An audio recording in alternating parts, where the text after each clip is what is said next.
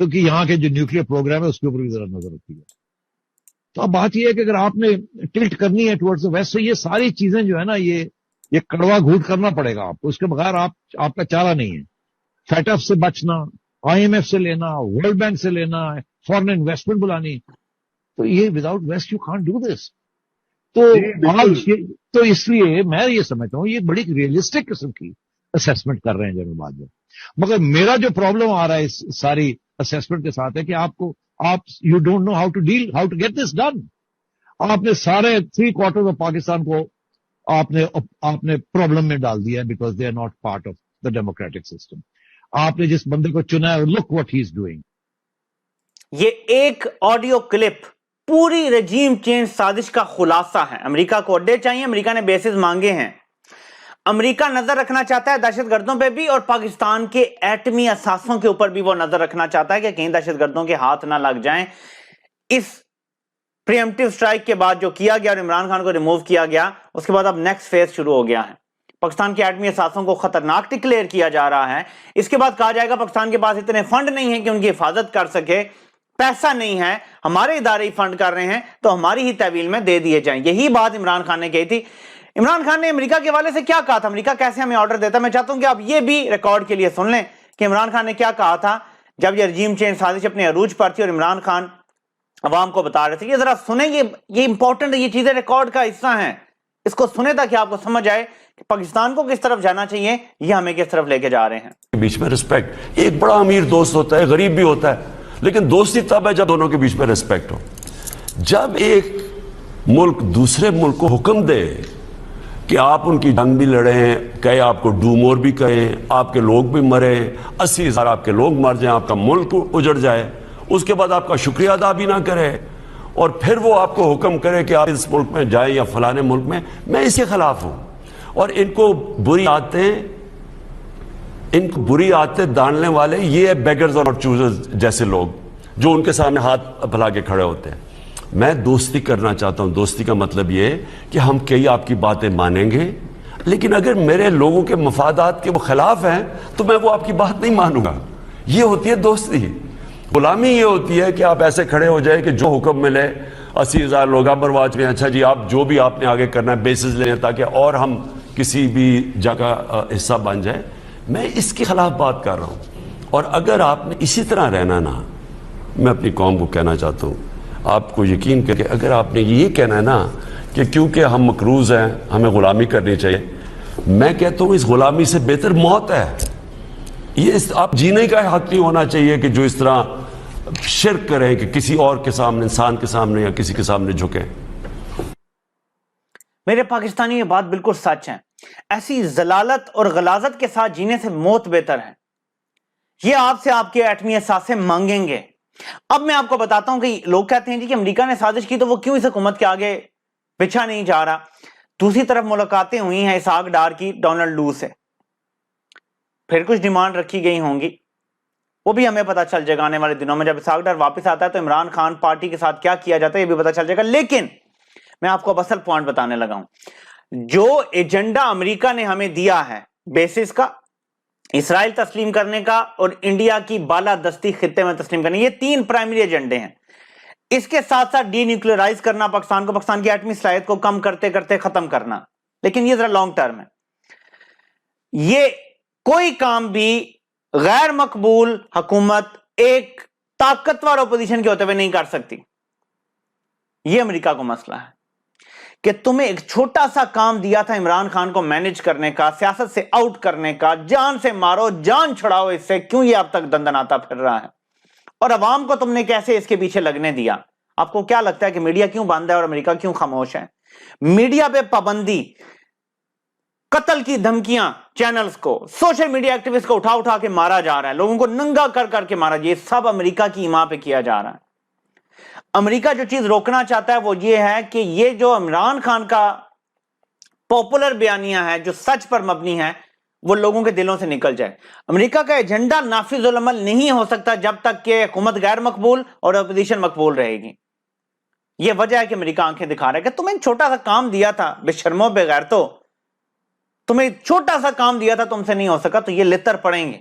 اب یہ کچھ ان میں سے کچھ لوگ اس کو ڈاؤن پلے کریں گے، وہ جی وہاں پہ مڈ ٹرم الیکشن ہے تو بائیڈن نے یہ کہا ہے.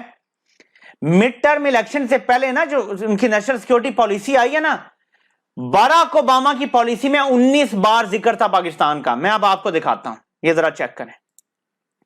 حسین حقانی جسے غدار خود ڈکلیئر کیا تھا ماشاءاللہ، ہمارے 5th جنریشن وار کے سرخیل جو ہے انہوں نے، وہ اب لکھتا ہے امریکی جریدے میں Biden is ignoring Pakistan, here is why that's a mistake.